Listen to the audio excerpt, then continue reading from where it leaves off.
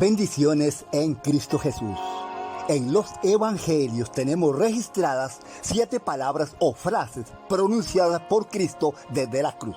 Por Marcos 15, 25 al 34, vemos que Jesús fue crucificado a la hora tercera, 9 de la mañana, donde pendió en la cruz hasta la hora novena, 3 de la tarde, hora en que expiró. La primera palabra que Jesús pronunció en la cruz fue la palabra de perdón por los enemigos que le crucificaban. En Lucas 23, 34, Jesús decía: Padre, perdónalos porque no saben lo que hacen. La palabra griega que Lucas usó para el perdón que Jesús otorgaba en la cruz fue afes, de afi-imi, que significa enviar afuera, despedir, borrar, perdonar el pecado que prácticamente era imperdonable, cometido bajo la ignorancia contra Cristo, nos dice Hechos 3:17. Y en el caso de los soldados romanos, cumplían órdenes.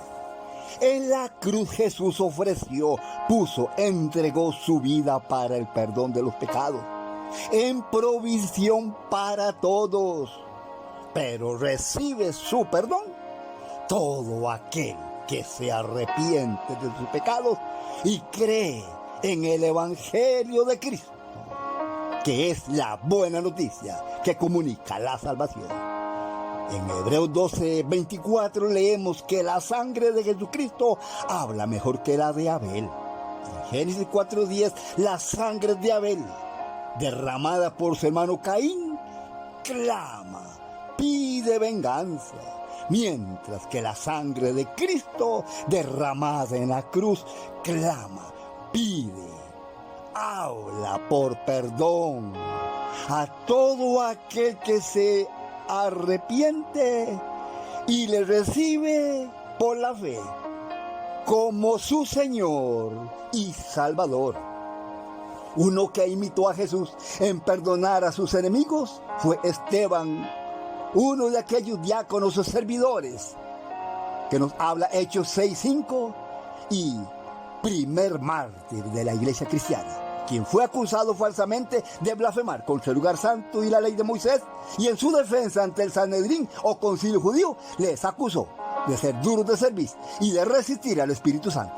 Y esto les enfureció aún más hasta que lo lapidaron. Hechos 7, 59, 60 dice: y apedreaban a Esteban mientras él invocaba y decía: Señor Jesús, recibe mi espíritu. Y puesto de rodillas, clamó a gran voz: Señor, no les tomes en cuenta este pecado. Y habiendo dicho esto, durmió o murió. Bueno, ¿y qué pasa con tus pecados?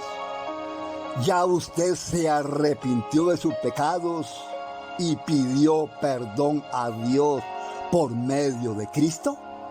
¿Ya usted obtuvo el perdón de Dios? ¿Y cómo anda en cuanto al perdonar a otros? ¿Ya consideró perdonar a quienes te han ofendido y te han hecho daño? ¿O piensa permanecer hundido en el fango de la amargura? ¿Y ya usted pidió perdón a quienes has ofendido? Colosenses 3:3 dice: soportándonos unos a otros y perdonándonos unos a otros, si alguno tuviere queja contra otro. De la misma manera que Cristo perdonó, así también hacedlo vosotros. Aquí, la palabra griega que Pablo usó para perdón es harizome, que significa dar, soltar un prisionero, cancelar, perdonar una deuda. Significa hacer merced o otorgar un favor generoso. Eso es el perdón: otorgar un favor generoso hacia otros de forma incondicional. Cuando a usted lo perdonan, le otorgan un favor generoso. a usted le sueltan, le dejan libre. Y cuando usted perdona a otros, les otorga un favor generoso. En la oración de Jesús del Padre Nuestro en Mateo 6, 12 y 14 dice: y perdona nuestras deudas como también nosotros perdonamos a nuestros deudores. Porque si no perdonáis a los hombres sus ofensas, tampoco vuestro Padre os perdonará vuestras ofensas.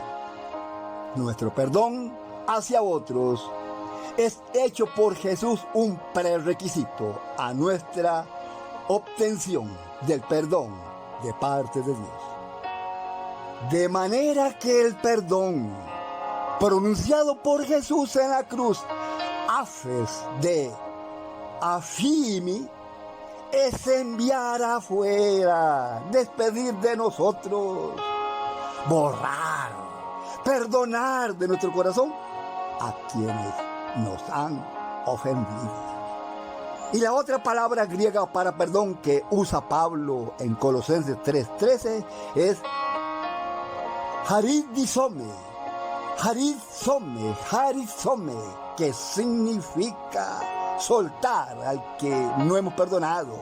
Es hacer merced, es otorgar un favor generoso hacia otro de forma incondicional. El perdón debe ser mutuamente. Que Dios te bendiga, del pastor Omar Vargas.